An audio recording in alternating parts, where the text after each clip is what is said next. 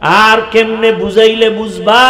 আসলে বুঝাইলে বুঝবে এটা ব্যাপার না, কারণ আমি হাফিজুর রহমান কেন, আমার স্বয়ং নবীও বুঝাইয়া আবু জাহিলকে লাইনে আনতে পারে নাই। আবু জাহিল এত বড় বেঈমানের বাচ্চা, বেঈমান, হাতের মুষ্টির মধ্যে পাথর নিয়ে কয়, ও ভাতিজা মোহাম্মদ কি আছে বলতে পারবানি? নবী কয়, বললে লাভ কি? কয়, কালেমা পড়বো। নবী কয়, আমি বলতে পারি না, কারণ আমি গাইবের মালিক না। নবী কয়, ওই আমার চাচা আবু জাহালের হাতে কি আছো, তোরা একটু নিজেরা আওয়াজ দে। নবী বলতে দেরি হয়, পাথরগুলো কালেমার আওয়াজ দিতে দেরি করে না। ওই বেঈমান নিকৃষ্ট দাজ্জাল পাথরগুলো মাটির মধ্যে ফালায় কয়, মোহাম্মদ তুমি বড় জাদুকর, আমি বুঝাইলেই তুমি টুপিওয়ালা হবা না।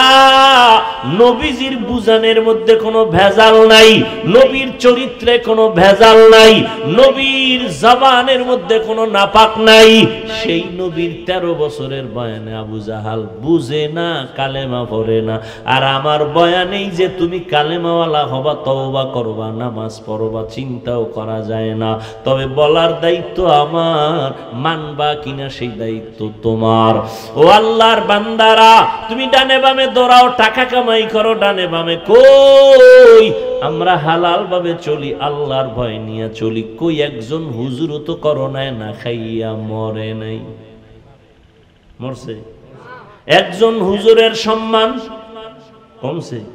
তোমার চোখের সামনে হুজুর বাদ দাও, হুজুর বাদ দাও, তোমার লাইনে যাও। তুমি স্কুলে পড়ো, কলেজে পড়ো, চাকরি করো, ব্যবসা করো, তোমার লাইনে দেখো।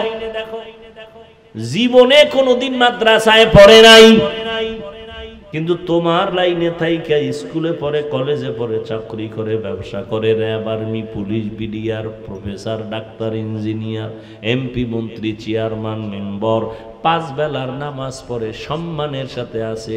মিথ্যা না সত্য? তুমি কেন পারো না রে বাবা?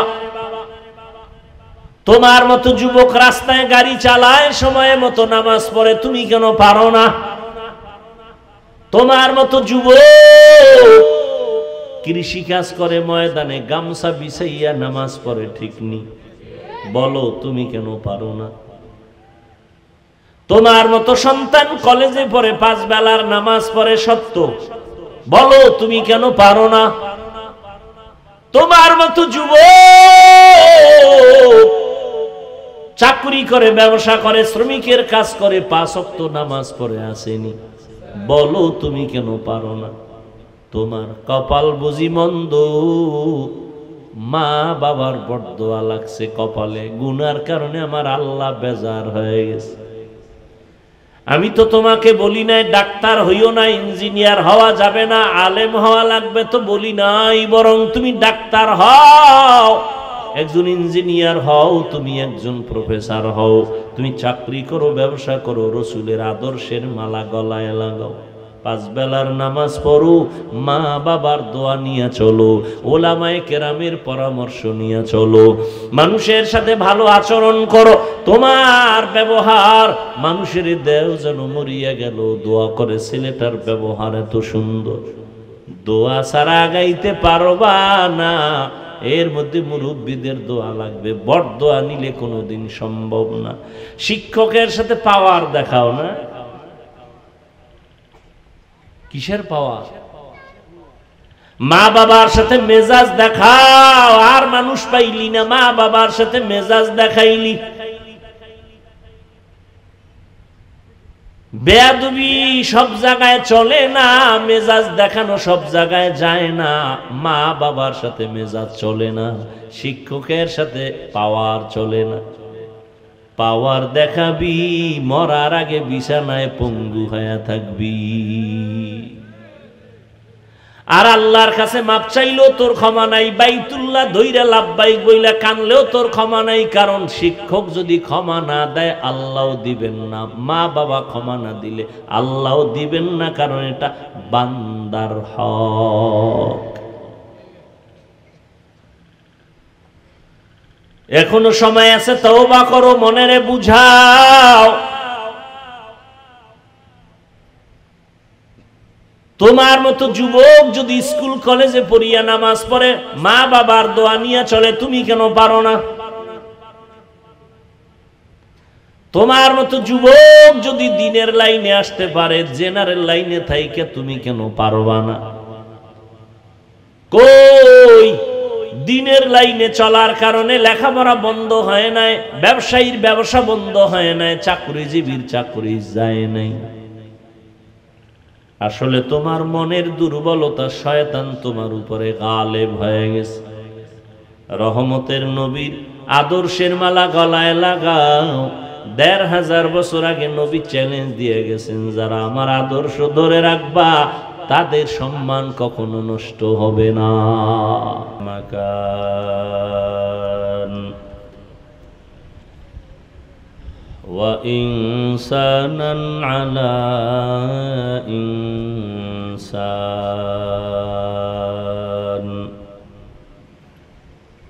ওয়া নাশহাদু আল্লা ইলাহা ইল্লাল্লাহু ওয়াহদাহু লা শারীকা লাহু লা জিদ্দা লাহু ওয়া লা নিদ্দা লাহু ওয়া লা মিসলা লাহু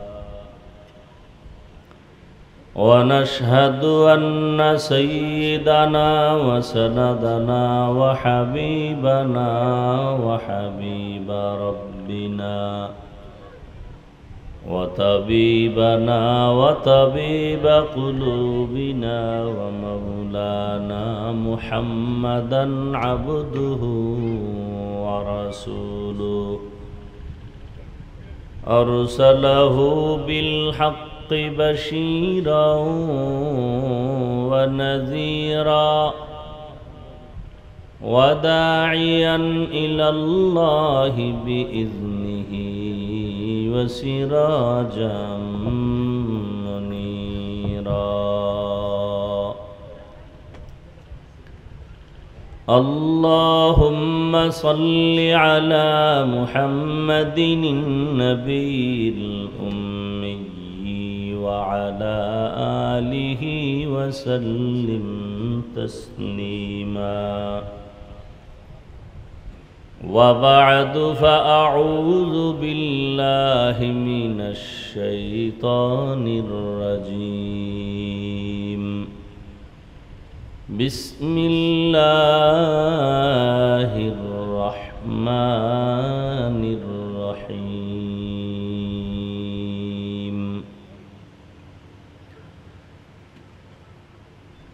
وما أرسلناك إلا رحمة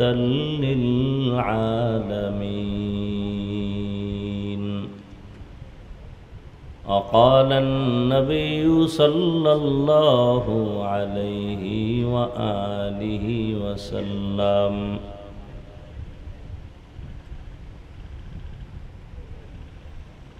لا يؤمن أحدكم حتى يكون هواه تبعا لما جئت به أو كما قال النبي عليه الصلاة والسلام صدق الله مولانا العظيم صدق رسوله النبي الأمي الكريم ونحن على ذلك من الشاهدين والشاكرين والذاكرين والحمد لله رب العالمين سبحانك لا علم لنا إلا ما علمتنا إنك أنت العليم الحكيم رب اشرح لي صدري ويسر لي أمري واحلل عقدة من لساني يفقه قولي درفشانی نے تیرے قطروں کو دریا کر دیا दिल को रोशन कर दिया, आँखों को बीना कर दिया।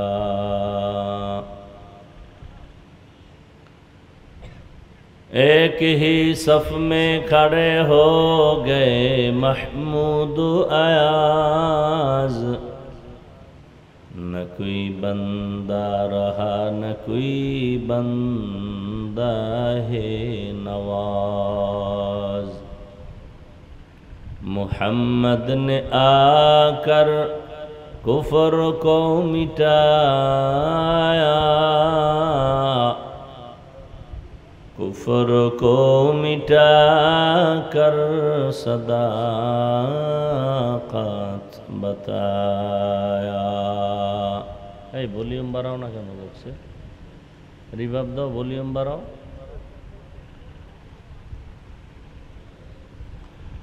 আল্লাহ পাকের প্রিয় বান্দা হযরত মুহাম্মদুর রাসূলুল্লাহ সাল্লাল্লাহু আলাইহি ওয়া আলিহি ওয়াসাল্লামের প্রিয় উম্মতগণ, আল্লাহ পাকের দরবারে শুকর যে আল্লাহ পাক আমাদেরকে এই হাজারো লাখো মানুষের মধ্য থেকে বাছাই করে পৃথিবীর শ্রেষ্ঠ মজলিস,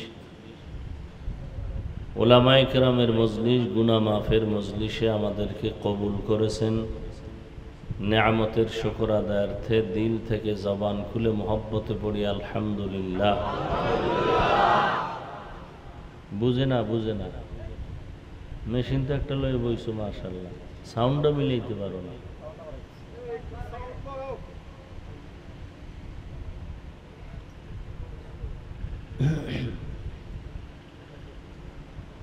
दरूद व सलाम सय्यदुल मुरसलीन रहमतुल लिल आलमीन शफीउल मुज़निबीन खातमुन नबिय्यीन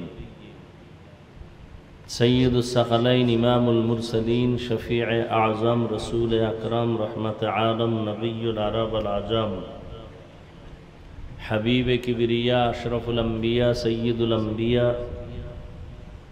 हज़रत मुहम्मदुर रसूलुल्लाह सल्लल्लाहु अलैहि व आलिहि वसल्लमेर ऊपर নবীর নামে দরুদ পড়লেন না, এর থেকে আর পৃথিবীতে নিকৃষ্ট মানুষ কেউ নেই। সাফাবাজি করে আমরা আশেকে রসুল। নবীর নামে দরুদ পড়বেন একবার সাল্লাল্লাহু, আল্লাহ পুরস্কার দিবেন সাথে সাথে 3টা, 10টা গুনাহ মাফ, 10টা নেক যোগ হয়ে যাবে, আল্লাহর দরবারে 10 গুণ মর্যাদা বেড়ে যাবে। हर के बाशुद आमिले सल्लु मुदाम आतिशे दोज़ख शवद बरवे हराम।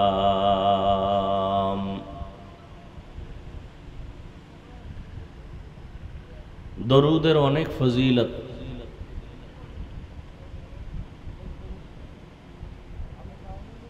যত মুসিবত আছে দুনিয়াতে সব মুসিবত দূর হবে একমাত্র দরুদের কারণে। এই জন্য বেশি বেশি দরুদ শরীফ পড়া, কমপক্ষে দৈনিক 100 বার, পারলে 300 বার, পারলে 1000 বার। আর এটার নগদ একটা পুরস্কার আছে, যদি ঠিকমতো দরুদের আমল কেউ করতে পারে, রসুলের সাথে ঘুমের ঘরে মোলাকাত হয়ে যাবে। যাদের আয়োজনে আজকের এই মাহফিল সময় পরামর্শ দিয়ে সহযোগিতা করেছেন এলাকার যুবক, বৃদ্ধ, ব্যবসায়ী, শ্রমিক, চাকরিজীবী, বিভিন্ন শ্রেণী পেশার মানুষ, জনপ্রতিনিধি, প্রশাসন, উলামায়ে হযরত, আইম্মায়ে মাসাজিদ, প্রত্যেককেই আল্লাহ পাকে খেদমতের বরকতে দুনিয়াতে শান্তি, পরকালে মুক্তির ব্যবস্থা করে দিন। সংক্ষিপ্ত কিছু কথা বলার নিয়তে কোরআনে হাকিমের এক আয়াতে কারিমা তিলাওয়াত করেছি, নবীজির হাদিস থেকে একটি হাদিস পড়েছি। আয়াত ও হাদিসের আলোকে ইখলাস ও রুহানিয়তের সমন্বয়ে কিছু কথা বলার মতো, শুনবার মতো আমাকে আপনাদের সকলকে সহি নিয়তে, সহি তরিকায়, সহি কিছু কথা আমার জন্য, আপনার জন্য দয়াময় আল্লাহ কবুল করেন। অন্যের জন্য দোয়া করলে এটা নিজের জন্য বেশি ফায়দা। আমরা তো নিজের জন্য দোয়া করি, অন্যের জন্য দোয়া করি না, ইচ্ছা করেই করি না। মনে মনে ভাবি যে অন্যের জন্য করলে সে যদি লাভবান হয়, অথচ অন্যের জন্য দোয়া করলে ওই দোয়াটা নিজের উপরেই উদ্বোধন হয়, শুরু হয়।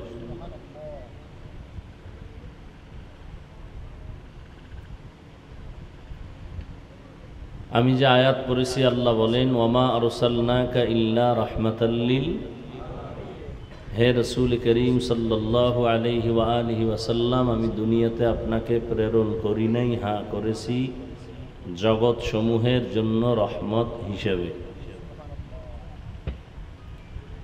নবীজি বলেন লা ইউমিনু আহাদুকুম হাত্তা ইয়াকুনা হাওয়াহু তাবআন লিমা জিতু বিহি, দুনিয়াতে কোনো মুমিন পরিপূর্ণ মুমিন হতে পারবে না যতক্ষণ পর্যন্ত আমি রসুল যা নিয়ে আসছি এর উপরে পূর্ণ আস্থা না থাকবে, মোহাব্বত না থাকবে। আমি রসুল যা নিয়ে আসছি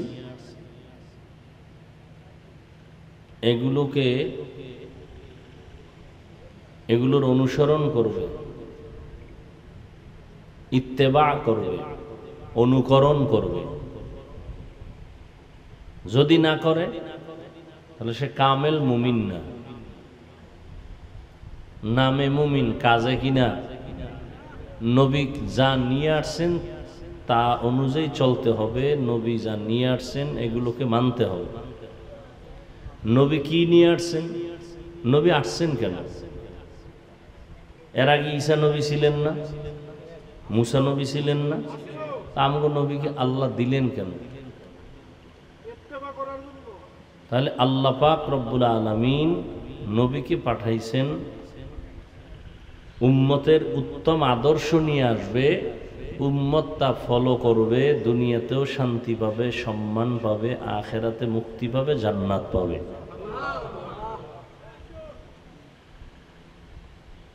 নবী কি নিয়ে আসছেন? আল্লাহর কোরআন বলে নবী নিয়ে আসছেন উত্তম আদর্শ। লাকাদ কানা লাকুম ফি রাসূলিল্লাহি উসওয়াতুন হাসানাহ। আল্লাহ বলেন নবীজির মধ্যে তোমাদের জন্য অনেক সুন্দর আদর্শ আছে, যেটা আর কারো মধ্যে নাই, যেটা মানলে শুধু শান্তি আর শান্তি, সম্মান আর সম্মান, অশান্তিও নাই, অসম্মানও নেই। এটা সেই ১৫০০ বছর আগে আল্লাহ কোরআন নাজিল করছেন, তখনের কথা। ঠিকই নবীকে যারা মানছেন আজও তাদের ইতিহাসের পৃষ্ঠায় স্মরণাক্ষরে নাম। এখনো যারা ১৫০০ বছর পরে নবীকে মানে তাদের সম্মানও আছে, শান্তিও আছে। বলে কতটুকু আছে? যার কাছে রসুলের আদর্শ যতটুকু আছে তার কাছে ততটুকু সম্মান আছে, যার কাছে যতটুকু রসুলের আদর্শ নাই তার কাছে ততটুকু সম্মানও নাই। সোজা কথা, পেশ নাই, কোনো সহজ কথা।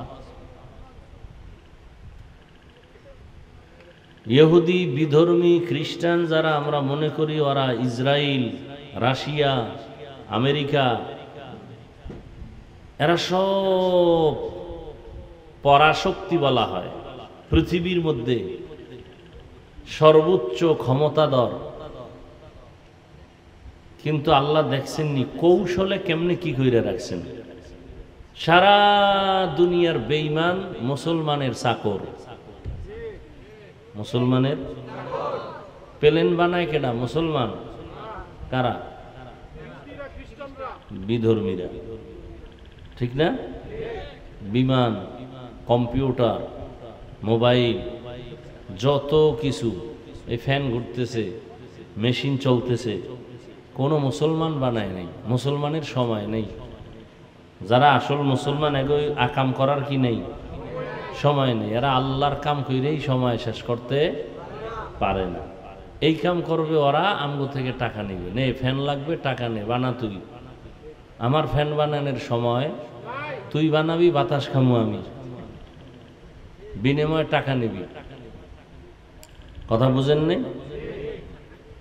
এখন বলবেন বাংলাদেশেও তো ফ্যান বানায়। আরে ফ্যান বানায় মেডিসিন, মেটেরিয়ালস মেশিনারি এটি কৈতন নিয়ে আসছে, বাহির থেকে নিয়ে আসছে। আসলে ওদের সম্মান নেই। পৃথিবীতে এখনো রসুলের আদর্শওয়ালারাই সর্বোচ্চ সম্মান আছে এখন। আবার রসুলের উম্মতের মধ্যে যারা কোরআনওয়ালার, তারা এখন সবার উপরে সম্মানিত। কি অসম্মানে আছে এরকম কোনো প্রমাণ আছে? এখন সম্মানের মানদণ্ড কি বানাইছেন আপনারা তা তো জানি না। অনেকে যদি মনে করে টাকা, তাহলে হুজুর গোদারে তো টাকা নেই, সম্মানও নেই। আসলে কি সম্মানের মানদণ্ড টাকা? হ্যাঁ, বহু টাকাওয়ালাও তো জুতার বাড়ি খায়, সম্মান গেল কই? হ্যাঁ, টাকা তো ব্যাঙের কাছে আছে, সাপের কাছে আছে, জিনুকের মধ্যে মুক্তার দানা আছে। টাকার কোনো দাম আছে মেয়া? টাকা দিয়ে কি হয়? ওই একজনে উপজেলা নির্বাচনে প্রার্থী হইয়া 25 কোটি টাকা খরচ করছে। কত? একজনে খরচ করলে আরো তো 6 জন আছে, আছে না? এরা সব ভোর রাত্রে হাদিয়া নিয়ে বাড়ি বাড়ি গেছে। আর আমগো ভোটার মুসলমান হাজি সাহেব, গাজী সাহেব নিমক হারাম, বেহায়া, বেলাজা, এক বটরে 10 বেচা দিয়ে হারাম খেয়েছে। কি বুঝাইলেন? আপনারা কেউ খান নাই?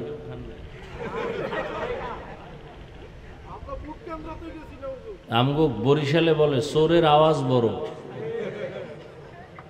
যেই জোরে কইছেন মনে হয় আপনারা সুফি সাহেব, আকামে কেউ নাই। আপনারা হাসেন, আপনার মতো ইতর আছে দুনিয়ায়। এই হারাম টাকা নিয়ে করছেন কি? মাইয়ে ফলারে খাওয়াইছেন। আপনার মেয়ে ছেলেটার কোনো অন্যায় আছে? আছে? বাচ্চার কোন, এই সত্য কথা বলবেন, আছে? তো ওরে হারাম টাকা খাওয়াই আর রক্ত নষ্ট করছেন কেন? আপনার বাপ হইতে বলছে কি? আপনি তো বাপ নামের কলঙ্ক। আপনি সন্তানের রক্ত নাপাক করলেন কেন? স্ত্রীর অপরাধ কি? তার রক্ত নাপাক করলেন কেন? চুরির টাকা নিয়ে, চুরির টাকা দিয়া বাজার করে সন্তানকে খাওয়াইয়া সন্তানের ভেতরের পবিত্র রক্তটাকে নাপাক করলেন কেন? কে দিয়েছে অধিকার আপনাকে? আপনি বাপ হইলেন কেন? হালালভাবে চলতে পারবেন না, সন্তানকে চালাইতে পারবেন না, সন্তান নিলেন কেন? বিবাহ করলেন কেন? বিয়া না করার একটা রাস্তা তো আল্লাহর রসুল হাদিসে বলে দিছেন। এই ভাই কথা বলেন কেন?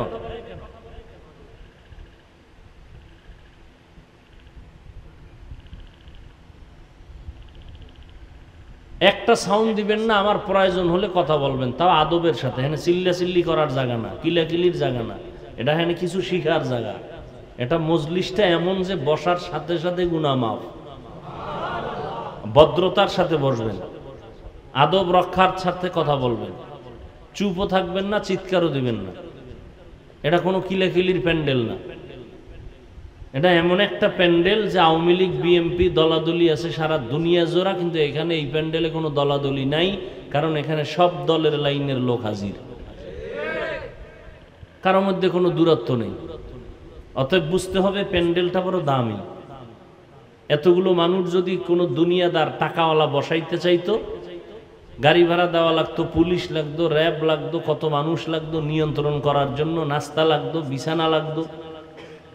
আর এখানে কিচ্ছু লাগেনি। অতএব বুঝতে হবে ভিন্ন মজলিস থেকে এটা আলাদা, এটা দুনিয়ার মজলিস না। এটা একমাত্র আখেরাতের সওয়াবের মজলিস। এটা একটা অপারেশন থিয়েটার, মানুষের কলবের অপারেশন হয়।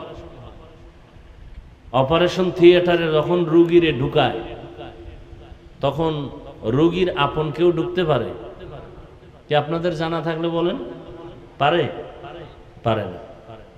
বরং আরো সাইন দিয়ে দেয়, মরে গেলে কিন্তু দাবি নাই। ভেতরে ঢুকায় না কেন? ওই সময় এরপরও অপারেশন সাকসেস হওয়ার পরেও দুই একজন ঢোকে একটু পরে, তাও কি এই দুনিয়ার পোশাক নিয়ে ঢুকতে পারে? ওগো আলাদা পোশাক আছে না। এটা একটা অপারেশন থিয়েটার। ওটা তো দেহের অপারেশন হয়, আর এটা রুহের অপারেশন হয়। এটা আরো কঠিন।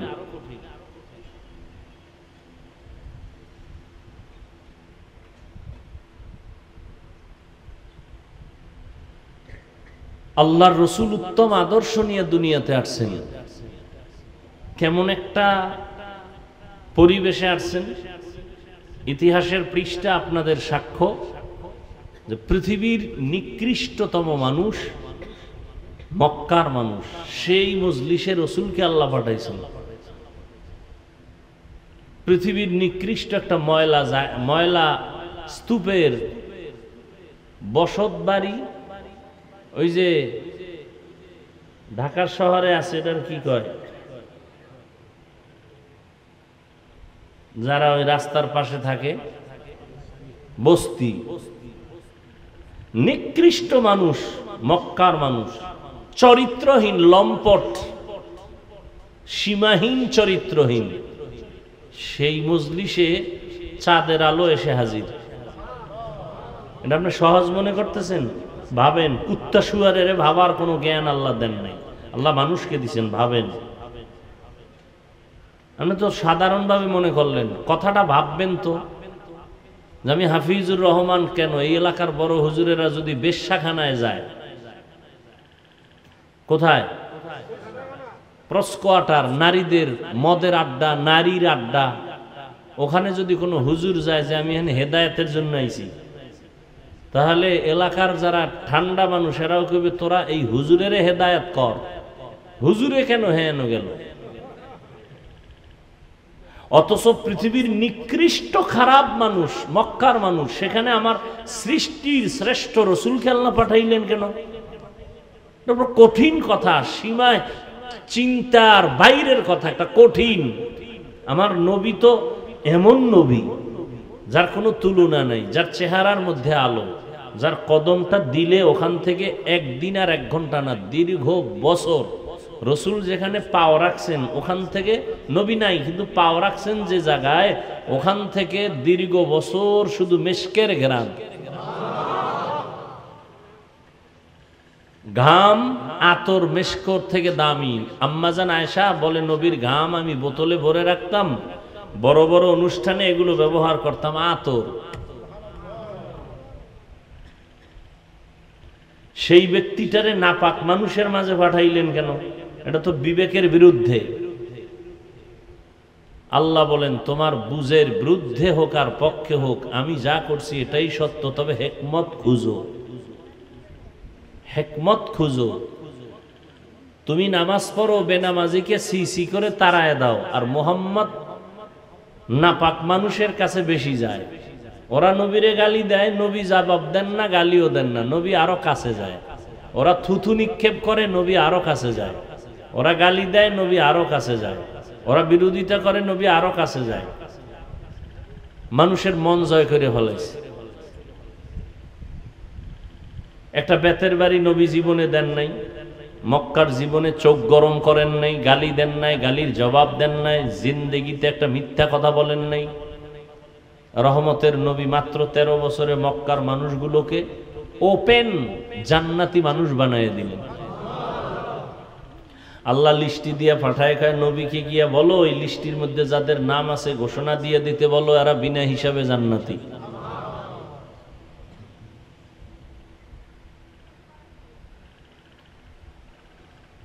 নবীর আদর্শ কই আর আমাদের আদর্শ কই?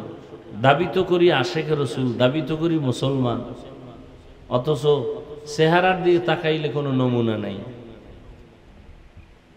কোনো নমুনা নেই। ওয়ামা আরসালনাকা ইল্লা রাহমাতাল লিল আলামিন, হে নবী আমি আপনাকে দুনিয়ায় পাঠাই নাই, হ্যাঁ জগৎ সমূহের রহমত হিসাবে প্রেরণ করেছি। রহমতের নবীকে আল্লাহ জগৎ সমূহের রহমত করে পাঠাইছেন। শুধু দুনিয়ার জন্য না, আখিরাতের জন্য না, সমস্ত জগতের জন্য। বলে সমস্ত জগৎ মানে কি? রুহের জগৎ একটা জগৎ, ওই জগতের জন্য নবী রহমত। মায়ের গর্ভের জগৎ আলাদা জগৎ, এই জগতের জন্য নবী রহমত। দুনিয়ার জগৎ আলাদা জগৎ, এই জগতের জন্য নবী রহমত। কবরের জগৎ আলাদা জগৎ, এই জগতের জন্য নবী রহমত। হাসরের ময়দানের জগৎ আলাদা জগৎ, ওই জগতের জন্য নবী রহমত। জান্নাত ও জাহান্নামের জগৎ ভিন্ন জগৎ, ওই জগতের জন্য নবী রহমত। আল্লাহ বলেন, হে নবী, আমি আপনাকে দুনিয়ায় পাঠাই নাই, হ্যাঁ আমি জগৎ সমূহের রহমত করে পাঠিয়েছি। নবীর জিন্দেগীর সবটাই রহমতে ভরা। নবীর জীবনে কোনো মিথ্যা কথা নাই, কোনো গালি নাই, গালির জবাব নাই। চোখ গরম করে নবী কারো দিকে তাকান নাই। 13টা বছরের মধ্যে মক্কার পরিবেশকে সুন্দর পরিবেশে রূপান্তরিত করেছেন। যারাই নবীর আদর্শ গ্রহণ করেছেন, আল্লাহ তাদেরকে দুনিয়ায় চমকায় দিয়েছেন, হাসরের ময়দানে আল্লাহ তাদের আরো চমকায় দিবেন। রহমতের নবী আমার, দুনিয়ার জগতের জন্য রহমত, রূহের জগতের জন্য রহমত, মায়ের গর্ভের জগতের জন্য রহমত, তের জন্য রহমত, হাসরের ময়দানের জন্য নবী রহমত। দুনিয়ার জগতের জন্য নবী রহমত, তাও আবার আলাদা আলাদা ভাগ। নবী শুধু মুসলমানের জন্য রহমত না, বিধর্মীদের জন্য নবী রহমত। নবী শুধু পুরুষের জন্য রহমত না, নারীদের জন্য নবী আলাদা রহমত। নবী যেমন মানুষের জন্য রহমত, জিনের জন্য রহমত, নবী শয়তানের জন্য রহমত। শয়তান নবী কয়, আমারেও শয়তান ধোকা দেয়, কিন্তু আমি এডারে লাইনে ফালাইয়া বুদ্ধি কইরে এডারে কালেমা পড়ায় ফেলাইছি, এডারে আমি মুসলমান বানায় ফেলছি, আর আমাকে ধোকা দেওয়ার কোনো সুযোগ নাই। নবী জিনের জন্য রহমত, জঙ্গলের প্রাণীদের জন্য নবী রহমত, গাছের জন্য নবী রহমত, মাছের জন্য নবী রহমত, পশুর জন্য নবী রহমত, উড়ন্ত পাখির জন্য রহমত, গর্তের পিপিলিকার জন্য আমার নবী রহমত। একটা একটা আলাদা। নবী গাছের জন্য কিভাবে রহমত, খেজুর গাছে টেক লাগায়া, একটা মরা খেজুর গাছ, নবী টেক লাগায়া জুমার খুতবা পড়েন, ঈদের খুতবা পড়েন। কিছুদিন পরে সাহাবায়ে কেরাম আবদার জানাইলেন, নতুন একটা মিম্বর বানান খুতবা পড়ার জন্য, এই গাছটাকে বাদ দেন। নবী কয়, দাও। নবী যখন নতুন মিম্বর বানাবার সিদ্ধান্ত নিলেন, মানুষ কানলে যেমন আওয়াজ হয়, মরা খেজুর গাছের থেকেও কান্নার আওয়াজ। এটা কেমনে সম্ভব? এটা কেমনে সম্ভব? যুক্তিতে ধরে না। তোমার যুক্তির মেমোরির সীমানা কত? 1 GB না 2 GB? তোমার মেমোরির জিবি কত? দুনিয়াতে যেই বাচ্চা আসলো, শিশু বাচ্চা, ও যখন আব্বু বলে ডাক দেয়, আম্মু বলে ডাক দেয়, আব্বুরে আব্বু কয়, আম্মুরে আম্মু বলে, ভিন্ন কাউকে আব্বু বলে না, আম্মু বলে না। ওর মধ্যে একটা বুঝ আছে, মেধাস। আমারও মেধা আছে, সন্তানেরও আছে, তবে এক নাকি। কেন এক না? বলে মেমোরির ডিজাইন এক, মেমোরির কালার এক, ভেতরের জিবি এক। কথা কয় না? মেমোরির ডিজাইন কালার এক, জিবি এক না। 1 GB মেমোরির যেই ডিজাইন 2 GB মেমোরির সেই একই ডিজাইন, 8 GB মেমোরির সে একই ডিজাইন। এই পণ্ডিতেরা বহুত বুদ্ধি লয়ে বয়ে রইছ, এটা আমার একটু বুঝাও তো। একই মেমোরি, এটা পাতলা, 1 GB সাইজটাও যেমন 4 GB সাইজও, তাহলে পাওয়ার কোনটার বেশি? কথা কয় না, কারণ কি সাইজ তো এক, এটার পাওয়ার এমনি আলাদা হইল কেমনে? বাস এটা নিয়ে গবেষণা কর। মাথার সাইজ সমান কিন্তু ভেতরের জিবি সমান না। এই কারণে তুমি টুপি পরতে লজ্জা পাও, আমি টুপি না পরলে লজ্জা পাই। কেন? তোমার জিবি আর আমার জিবি এক না। তুমি দাড়ি কাটতে খুশি, আমি দাড়ি কাটলে বড় লজ্জা পাই, তুমি রাখতে লজ্জা পাও। আমি মসজিদে ঢুকতে খুশি হয়ে যাই, না ঢুকলে লজ্জা লাগে, তোমার মসজিদে ঢুকতে লজ্জা লাগে। অথচ তুমিও মুসলমান, আমিও মুসলমান, তোমার আল্লাহ আমার আল্লাহ এক, নবী এক, কোরআন এক, হাদিস এক, কাবা এক, ধর্ম এক, কালেমা এক, নাকি আলাদা? মরণকালে কাফন হবে এক, তোমারও 3 কাফন হবে, আমারও 3টা কাফন হবে, কালার হবে আলাদা। কি পণ্ডিত ভাইরা খুব বুদ্ধি লয়ে ঘুরেন, আমগো হুজুর গো বলেন আমরা বোকা।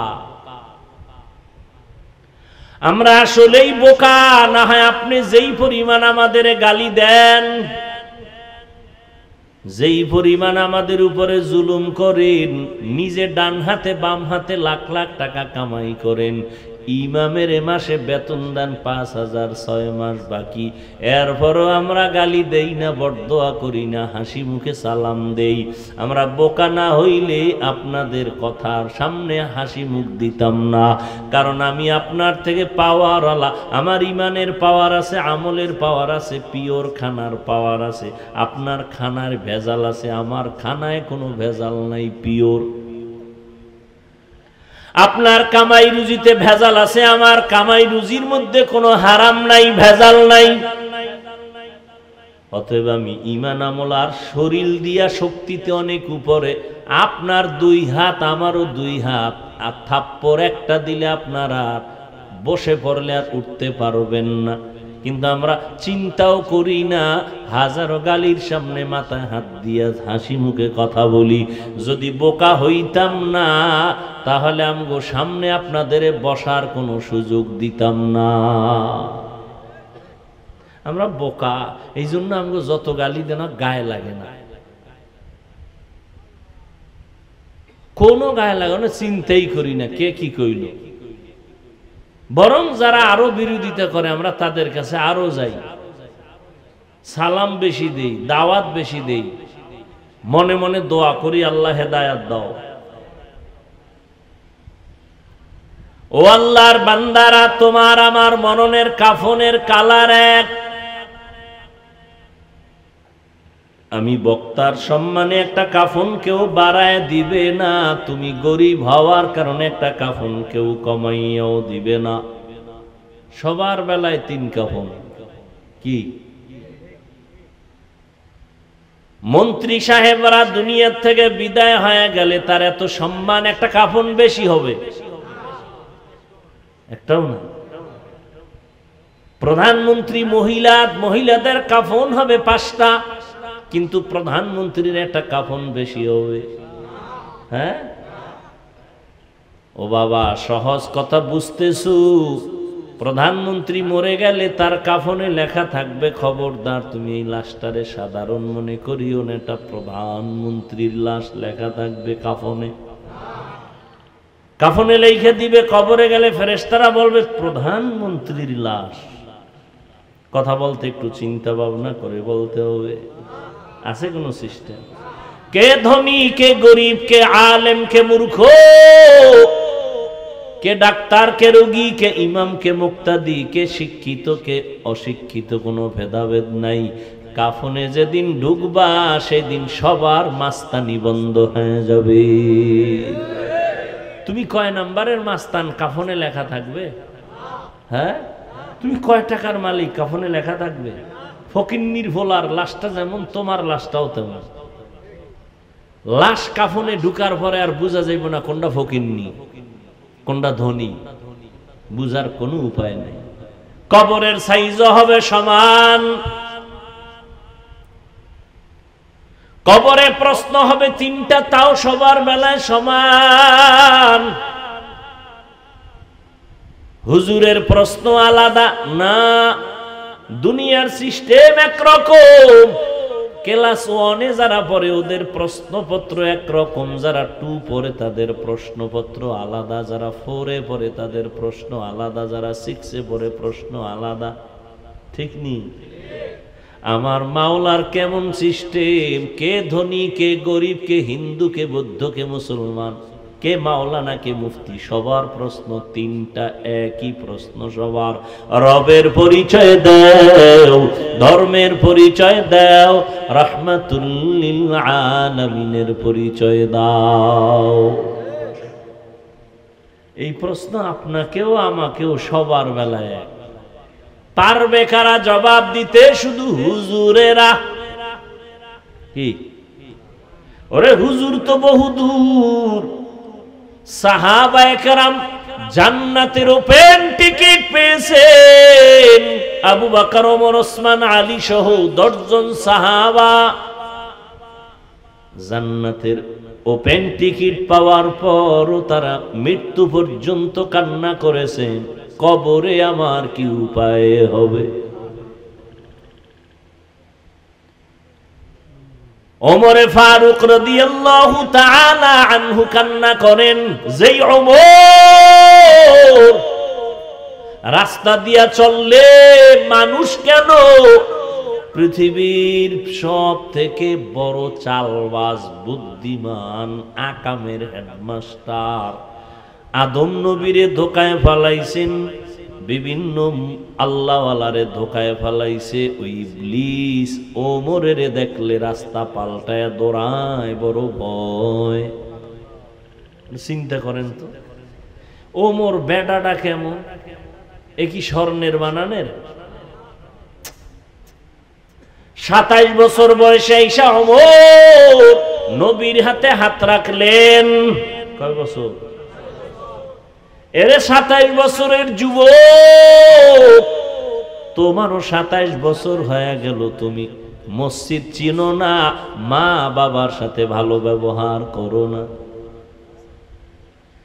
আর ওমর 27 বছরে নবীর হাতে হাত রাখলেন।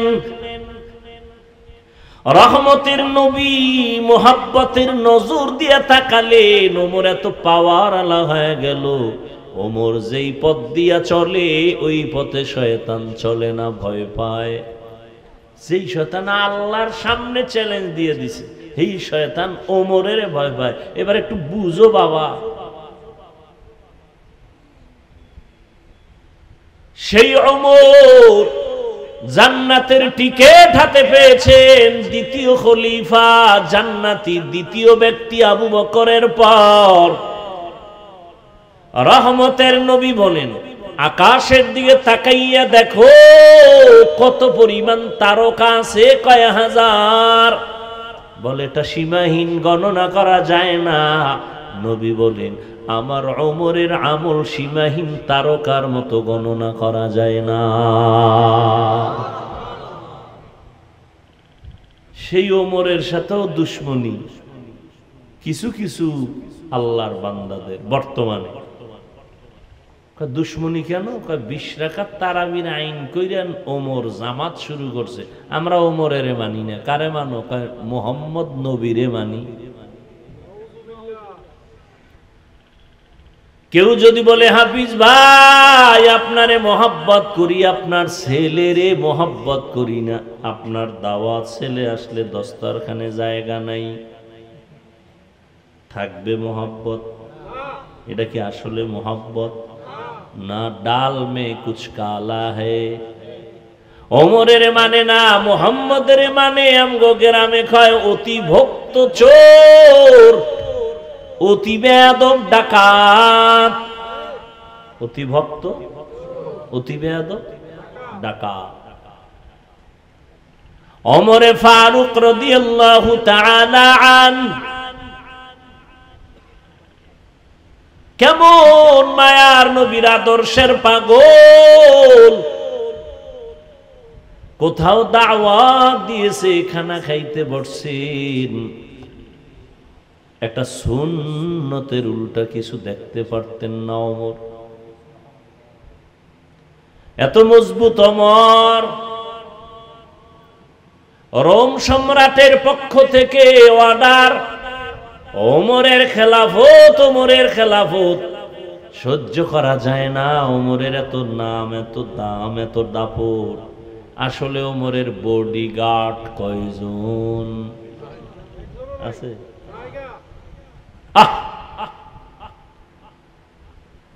ওমর একজনও বডিগার্ড নাই, তাহলে তো পাওয়ার কেন? এর মাইরা ফালাও। যার কোনো বডিগার্ড নাই তাকে মারতে এত বাধা কেন? কোথায় মারবো? একজনের দায়িত্ব দিল, তুমি পাইলেই মারবা, তোমার বড় পুরস্কার আছে।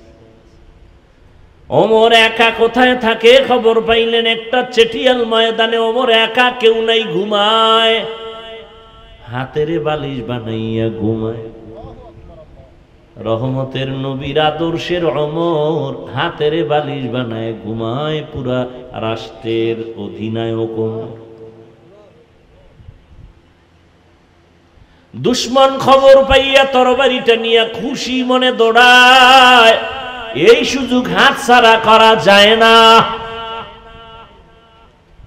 তরবারি নিয়ে ওমরের দিকে আগায়, দেখে শুয়ে আছে, দুই পাও কদম সামনে দেয়, আবার ভয় পেছনে যায়, আবার আগায় যাইতে যাইতে যাইতে যাইতে দীর্ঘ টাইম কিনারায় যাবে যাবে ভাব।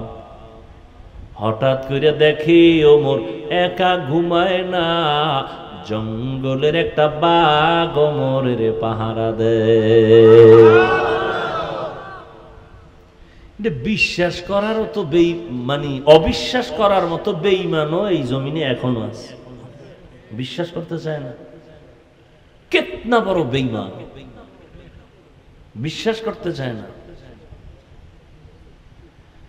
যেই ওমরের মতের উপরে আল্লাহ নিজে একমত হইয়া ডাইরেক্ট কোরআনে আয়াত নাজিল করে নবীকে বললেন, নবী আমি ওমরের মতে একমত, আপনিও ওমরের মতে একমত হইয়া যান। নবী কি কয় জানেন? লাউ কানা বাদি নবিয়্যুন লাকানা উমর। আল্লাহ যদি আমার পরে নতুন আরেকজন নবী বানাইতেন, ওমর হতো আমার পরের নবী।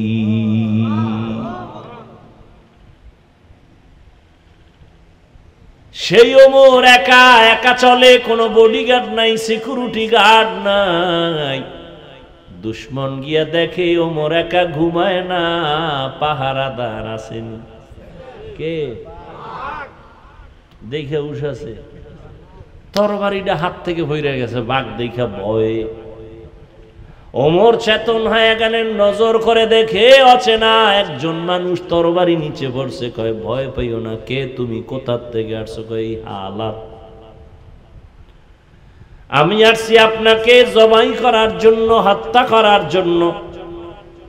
কিন্তু সেই অবস্থা দেখলাম।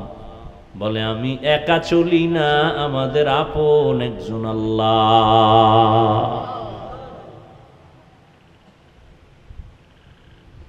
রহমতের নবীর আদর্শের কারণে ওমরের দাম, জান্নাতের ওপেন টিকিট চলে আসলো। কিন্তু সেই ওমর রমজানের ঈদের দিন সবাই আনন্দ করে, ওমর দরজায় তালা লাগায় কান্না করে।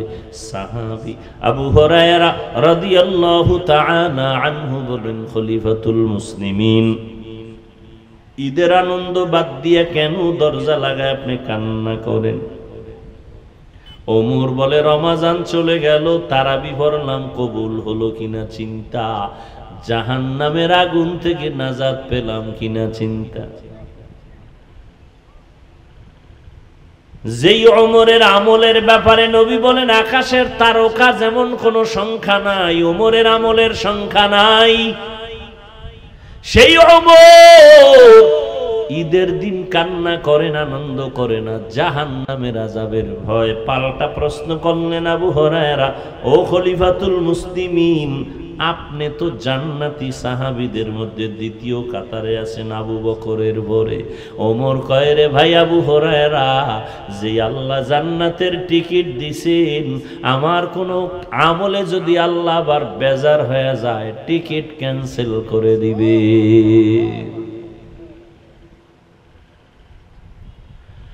وَمَا أَرْسَلْنَاكَ إِلَّا رَحْمَةً لِلْعَالَمِينَ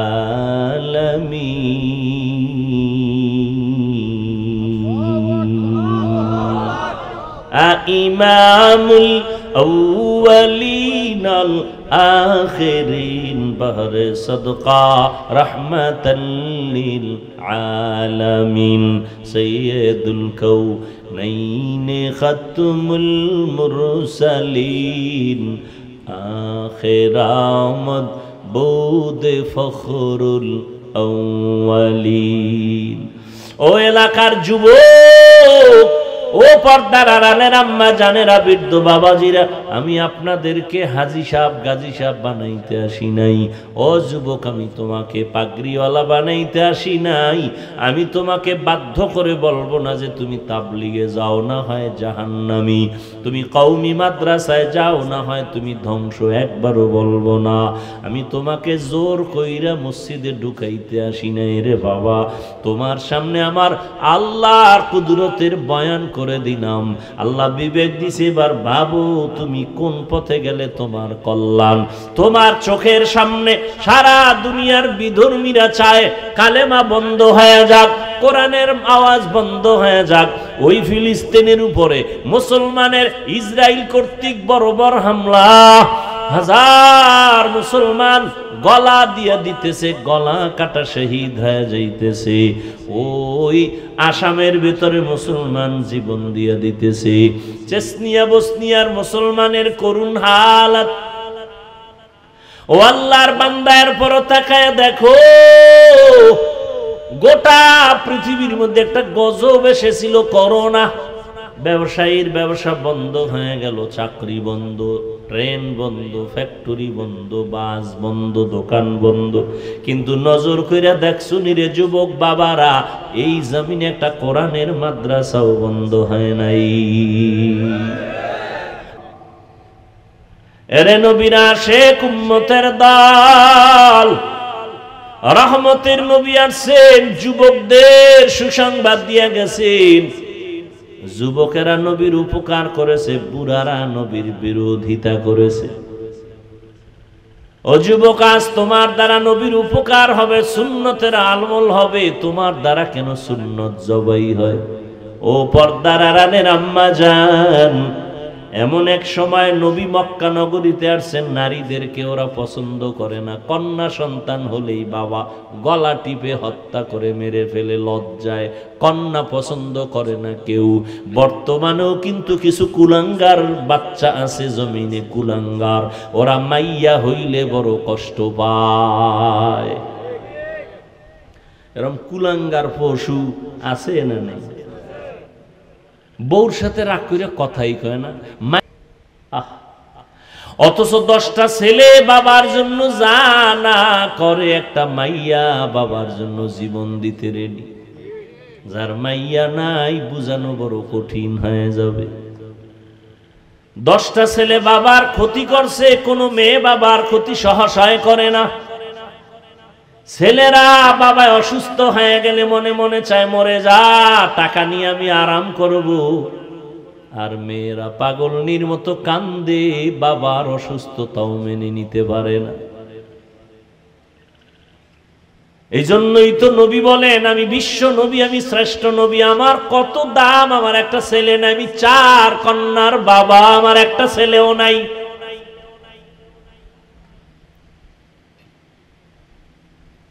মক্কার মুশরিকরা বলছিল মুহাম্মদ মইরা গেলে ওর বংশ রক্ষা করার কেউ নাই, ছেলেও নাই, অথচ দুনিয়াতে বর্তমানে নবীর বংশ রক্ষার জন্য উম্মতের অভাব নাই,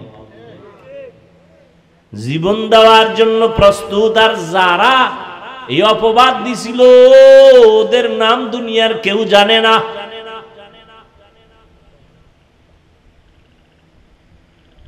এরে আল্লাহর গোলাম, ও পর্দার আড়ালের আম্মা জানেরা, রহমতের নবী এসে কন্যাদের ইজ্জত বাড়ায় দিলেন, নারীদের ইজ্জত বাড়ায় দিলেন। হত্যা চলবে না, সুসংবাদ দিলেন, এ কন্যার বাবারা, একটা কন্যা যদি পাও আল্লাহর ওয়াদা তুমি একটা জান্নাতের মালিক।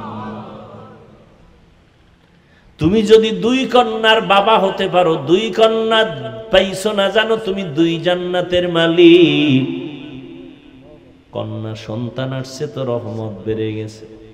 এই মিয়া বিয়া করছে স্বামী আর স্ত্রী দুইজন, খাওয়ানে কষ্ট, ঘুমানে কষ্ট, বিছানা নাই, ঘর নাই, কষ্ট আছে না?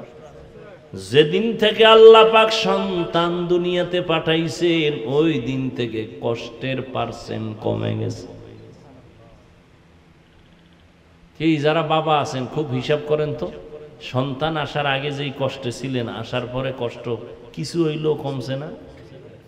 সন্তান বাড়ছে, কষ্ট কমছে, যত বাড়ে তত কষ্ট কমে, কারণ এক একটা সন্তান মা বাবার জন্য এক একটা নিয়ামত। আর কন্যা সন্তান আসলে মা বাবার সংসার আরো ধন্য হয়, আরো দামি হয়।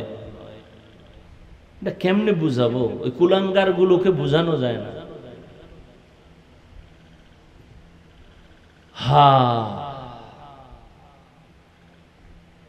রহমতের নবী কন্যাদের সম্মান সবার ঊর্ধ্বে দিলেন, নারীদের সম্মান বাড়ায় দিলেন। কেন?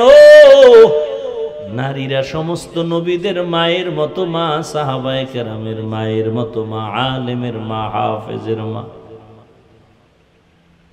যত সন্তান দুনিয়াতে ভালো মনে করেন, এসপি সাহেব ভালো, এমপি ভালো, মন্ত্রী ভালো, ওসি ভালো, চেয়ারম্যান ভালো, সব ভালোর পেছনে, সব ভালোর পেছনে মায়ের অবদান। মা ভালো, সন্তান ভালো। মায়ের আদর্শের কারণে সন্তানের আদর্শ ভালো, মায়ের চরিত্র ভালো তো সন্তানের চরিত্র ভালো। এরে আম্মা জানেরা, অনেকে তো বিয়া করিয়াও কান্না করে, কত তদবির করে, সন্তান পায় না। আল্লাহ আপনাদের যাদেরকে সন্তান দান করেছেন নিয়ামত মনে করেন, সুন্দর নাম রাখেন, আদব শিক্ষা দেন, ডাক্তার বানাবেন, ইঞ্জিনিয়ার বানাবেন, প্রফেসর বানাবেন, তবে বেয়াদব বানাবেন না। আদর্শবান ডাক্তার বানায় যান, আদর্শবান ইঞ্জিনিয়ার বানাবেন, জীবনটা ধন্য, দুনিয়াতেও আপনার সুনাম, পরকালেও সুনাম। সন্তান ডাক্তার হইয়াও কোরআন পড়ায় যাবেন, নবীর সুন্নত অনুযায়ী চলবে, মাঝে মাঝে কোরআন পড়ে দোয়া করবে। ইঞ্জিনিয়ার বানাইছেন কিন্তু কোরআনটা পড়ায় দিছেন, কোরআন পড়ে বাবার জন্য গোপনে গোপনে দোয়া করে। ডাক্তার বানাবেন, কোনো বাধা নাই রে মা, এখন থেকে সন্তানটারে আদর্শওয়ালা বানান, নবীর আদর্শওয়ালা বানায় দেন। যুবকেরা, আমার নবীর আদর্শের থেকে দামি কোনো আদর্শ আর কারো কাছে আসেনি। আমার নবীর আদর্শ সবার শ্রেষ্ঠ। কি বলো? নবীর ওই আদর্শের মধ্যে নখ কাটার নিয়ম আসেনি? নবীজির আদর্শের ভেতরে চুল কাটার নিয়ম আসেনি? তুমি বেঈমানের লাইনে গিয়া চুল কাটলা কেন? নবীরটা ভাল লাগে না? তুমি বেঈমানের তালে পড়িয়া কেন আঙ্গুলের নখ কাটলা? ওখানে কি নবীর আদর্শ তোমার কাছে ভালো লাগে নাই? আল্লাহর নবী জিজ্ঞাসা করলে কি জবাব দিবা? আল্লাহ কয়, সব মাপ যদি তওবা করে রেডি হও, আর কোনোদিন দাড়ি কাটবো না, নামাজ ছাড়বো না, বেপরদায় চলবো না, মা বাবারে কষ্ট দিব না, নবীর আদর্শের বাহিরে চলবো না। তওবা যদি করতে পারো সব আল্লাহ মাফ করে দিবেন। তওবা করো বান্দা, ও যুবক, আল্লাহর কাছে তওবা করো, মনে মনে আল্লাহকে ডাকো, ও দয়ার মালিক কোরআন সত্য, নবীর কথা সত্য, আর জীবনে শয়তানের ধোকায় পড়ে যত গুনাহ করেছি, নামাজ পড়ি নাই, পর্দা করি নাই, দাড়ি কাটলাম, আজকে থেকে তওবা করলাম। রিজিকের মালিক আল্লাহ, হায়াতের মালিক আল্লাহ, ইজ্জতের মালিক আল্লাহ। আর নামাজ ছাড়বো না, বেপরদায় চলবো না, মা বাবারে কষ্ট দিব না, উলামায়ে কেরামের পরামর্শ নিয়ে চলবো, বিরোধিতা করে গুনাহগার হব না। তওবা করার মতো যদি কারো অন্তর তৈরি হয়, দুটো হাত আমার আল্লাহকে দেখায় দেই। আয় আল্লাহ, হাতগুলো কবুল করে নেন, তওবা কবুল করে নেন, তওবার উপরে মজবুত হইয়া চলার মতো তৌফিক দান করেন, আমিন। আলহামদুলিল্লাহি রাব্বিল আলামিন, ওয়াসসালাতু ওয়াসসালামু আলা সাইয়্যিদিল আমবিয়া ওয়াল মুরসালিন ওয়া আলা আলিহি ওয়া আসহাবিহি আজমাইন। ইয়া আরহামার রাহিমিন, ইয়া আরহামার রাহিমিন, ইয়া আরহামার রাহিমিন। রব্বিরহামহুমা কামা রব্বায়ানি সগীরা। আল্লাহুম্মা ইন্নাকা আফুউন তুহিব্বুল আফওয়া ফা'ফু আন্না। আল্লাহুম্মা ইন্না নাসআলুকা রিযাকা ওয়াল জান্নাহ ওয়া নাউযু বিকা মিন সাখাতিকা ওয়ান নার। ও দয়ার মালিক, ওলামায়ে কেরাম, মুরব্বী, হাজী সাহেব, কত যুবক, কত ছাত্র ভাই, পর্দার আড়ালে মা বোনেরা হাত তুলেছেন, মেহেরবানি করে আমাদের জীবনের সকলের সমস্ত গুনাহগুলো মাফ করে দেন আল্লাহ। আয় আল্লাহ, মাহফিল কবুল করে নেন, আয়োজনকারী, সহযোগিতাকারী, দান সৎকারীদের কবুল করে নেন, ঘরে ঘরে শান্তি দান করেন, সুন্নাতওয়ালা জিন্দেগি দান করেন। আয় আল্লাহ, সারা দুনিয়াবাসীকে মাফ করে দেন, ফিলিস্তিনের মুসলমানদের উপরে রহমত দান করেন, ইসরায়েলের জালেমদের জুলুম থেকে হেফাজত করেন, বিদেশের ঘরে প্রবাসে আমার ভাই বোন যারা আছে হেফাজত করেন, হালাল ভাবে রুজি রোজগারে বরকত দান করেন, হারাম থেকে হেফাজত করেন, বাংলাদেশ শান্তির দেশ বানায় দেন, প্রশাসনিক ভাবে যারা কাজ করে, জনপ্রতিনিধির দায়িত্বে যারা দিনদার বানায় দেন, ওলামায়ে আহলে হকের বিজয় দান করেন, বাতিলের মোকাবেলায় বিজয় দান করেন। ও আল্লাহ, মিথ্যা মামলা থেকে কুদরতের দ্বারা মুক্তির ব্যবস্থা করে দেন আল্লাহ। আয় আল্লাহ, চক্রান্তকারী, ষড়যন্ত্রকারী দুশ্মন, জাহিরি বাতিনি দুশ্মন থেকে হেফাজত করেন। ও আল্লাহ, দিনের নিসবতে আমাদের মাফ করে দেন। আয় আল্লাহ, আমরা যারা হাত তুলেছি জানি না কার মা নাই, কার বাবাও নাই, মেহেরবানি করে সবার কবর জান্নাত বানায় দেন। আয় আল্লাহ, সবার কবরের আযাব মাফ করে দেন আল্লাহ। আয় আল্লাহ,